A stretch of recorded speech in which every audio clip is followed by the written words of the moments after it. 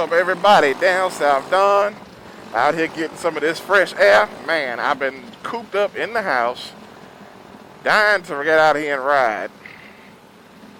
Telling you, this nasty weather been driving me crazy. It finally stopped raining out in Houston. So I'm back at it. So I did want to talk about something today, and I want you guys to leave your idea in the comments of what you think a real rider is. So, jokingly, somebody said something to me which I thought was kind of funny. Somebody dear, close and personal. And they said to me, if you're not a real rider, if you're not riding in the rain. So my question is, if you ride in the rain or in the storm, does that make you a real rider? If you occasionally ride, weekend warrior, weekend rider, whatever, does that not make you a real rider? Now, that's not me personally. Me personally, I ride in the rain if I get caught in it. But 9 times out of 10, I'm a little anal. My bike is clean majority of the time. Am I one of those people that constantly wipes on this Harley? Yeah, if it's dirty, look at it, it's black. And right now it's beautiful and shiny. So would I wipe it off? Yes. So like I said in my previous videos, I take care of my stuff. So it just brings to mind, if I get caught in the rain, yes, I'll stop, after it's over with the next day. If I know it's going to be a sunny day the next day, hey, I'm going to stop and wipe it off, man. I'm not going to ride around with a nasty bike, because part of being, in my community, when you own a Harley, it's like top notch, It's the echelon, bikes of all bikes. So I take pride in my stuff. Get out here, get my shine on, floss a little bit, turn some corners. So yeah, of course I'm gonna keep it clean. I got all this glossy black to clean up. Why leave her nasty? Only a fool would. Are you just nasty in life? That's not me. Oh, that's clean. CTSV, I like that brown. Anyway, back to the subject at hand. So, what does make you a real rider? A lot of the guys that I know, I know 2 guys, they refuse to ride out of town. They rather put their bike on a trailer. And one of them have an excuse. Yeah, he's 70 years old, so I give him a pass. But he does have a trach. So it's like, damn, what you get a trach for? That's like riding on a sofa down the street or down the highway. But he said, his bones get to aching, his butt hurts. Maybe he got the wrong seat. Maybe he need to upgrade his seat. So who knows? So aside from him, the other people that prefer to jump on a trailer. Now, me personally, I like taking trips to, the Carolinas. I'll ride to California. I ride, just through Texas. But just in Texas, if you're going from Houston to Austin, and that's a long trip to you, that's barely 200 miles.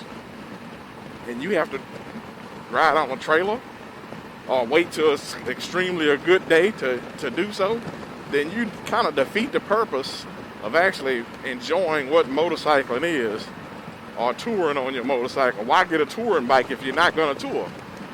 Just to look good, to kind of just say I got a bagger and put speakers in it. And I'm not the kind of guy to, I like the way some of those bikes look with the big wheel baggers and the speakers and all that stuff, but that, honestly, not me. I still got my stock speakers after as long as I've had this bike, and that's because I ride with a center. I got upgraded speakers in my helmet. I jam in my helmet and keep my music, to myself. Now, your preference, if you choose to ride with loud music, okay, cool. But it's more personal to me. Plus, I like to be able to answer my phone because, yes, I do run a business. So I prefer to have my helmet on for safety reasons, of course, but also to be able to answer my phone. And I'm sure that makes sense to a lot of you guys. So, something to think about. And you got to ask yourself what kind of rider you want to be. If you haven't been riding that long, or then you just kind of ask yourself, what kind of riding am I doing? Am I trying to go stunt and shut the streets down with a competition booming bagger with 10 speaker systems? And hey, everybody look at me. Or are you the kind of person that kind of likes to enjoy the ride and sometimes enjoy silence, be able to answer your phone when necessary, or of course listen to music when necessary? I'm the type of person I definitely like to listen to my music, but I also like to be able to talk if I need be. I like to be able to hear my directions through navigation. Just depending on the type of ride. Now, every now and then I will wear the little mic lid, the little baseball cap helmet. If I'm riding literally within the city, no highway riding. I prefer not to ride on the highway without a full face helmet. And that's because I have been in some accidents in the past, and yeah, they were all on sport bikes. Never crashed my Harleys, and that's because I'm doing a different type of riding. So I'm not on a high booster doing 90, 100 miles an hour everywhere I go, which I'm kind of glad that life is over with. Is there something wrong with it? Nah, I mean, if that's your preference, go for it. Just not me anymore. I like to do this. Kick my feet up. Relax, stretch out. Not have my balls smashing up against the tank. So, just like I said, it's your preference. Now, I do carry my rain suit, which I'll, show you guys in another video. And that's another thing. If you actually gonna ride, whether it be whatever season, all season. Now in Texas, you can ride all seasons. It's never really a winter here. So right now, what is it, the 26th, 27th? And yeah, you saw that hot booster just fly past me? Yeah, that used to be me. Not anymore.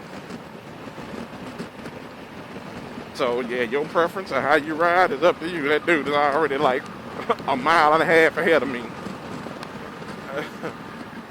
And he's hauling ass. And mind you, I'm doing 75. So he's got to be doing 100 plus. But that was me everywhere I went. Anyway, back to the topic at hand. As far as the rain suit, always buy the top-notch rain suit. And I'm going to be honest. If you don't ride a Harley, it's okay if you choose to buy Harley gear as far as the rain suit, because honestly, their rain suits are great. But if you go in and you paying like $20, $30 for a rain suit and you think it's supposed to hold up, it's not going to happen. You will be upset. It will tear. It will burn on your pipes. And that's just something that you got to consider. You get what you pay for when it comes to rain gear. And a lot of people, scoff at the thought of buying the Harley gear, but I'm being honest, mine has lasted for so long, and it's still going. It still looks brand new. I don't have leaks. That's one of my biggest pet peeves, is getting those leaks inside of your rain suit. And of course, if you don't have waterproof shoes like these, then you're doing yourself a disservice. What's the point? So yeah, just something to consider, guys. So go ahead and put your little pennies to the side. Get that $200 and something rain suit. Cause you go. No, by the way, I did try a frog talk. I said fog talk. Yeah, frog talks. They're great. Don't get me wrong. But the biggest issue with those, they burn. If you have your pipe close to your leg, they will melt away on your pipe. So they're not heat resistant like the Harley one is. probably won't last as long, especially you being in the wind like this. So just get what you pay for. And you might as well pay for the best. Now, back to being a real rider. How many miles do you put on your bike? You know, and me personally, I don't care. As long as you ride, you know, some people consider real bikers being the kind of guy you see in the movie. He's on his bike 24/7, doesn't own a car.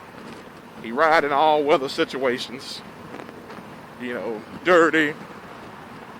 You know, look like he's been through all 4 seasons. Yeah, I prefer not to be that guy.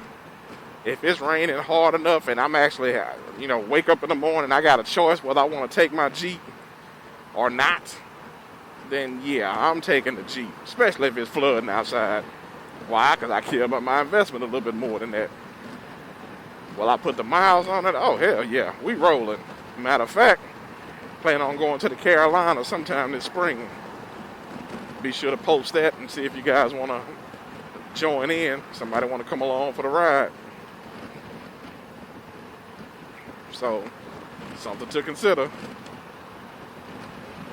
But, yeah, other than that, I'm looking to put the miles on this thing. That's why I bought it. That's why I want to, you know, travel, see the scenery that you can't see on a regular vehicle.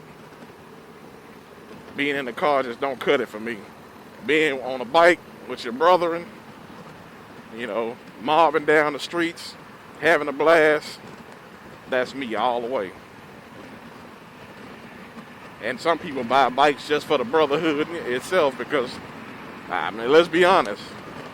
Some guys that bought these motorcycles wasn't cool in the beginning, and it allows you to form a form of identity, which is something that I see, you know, working in the business.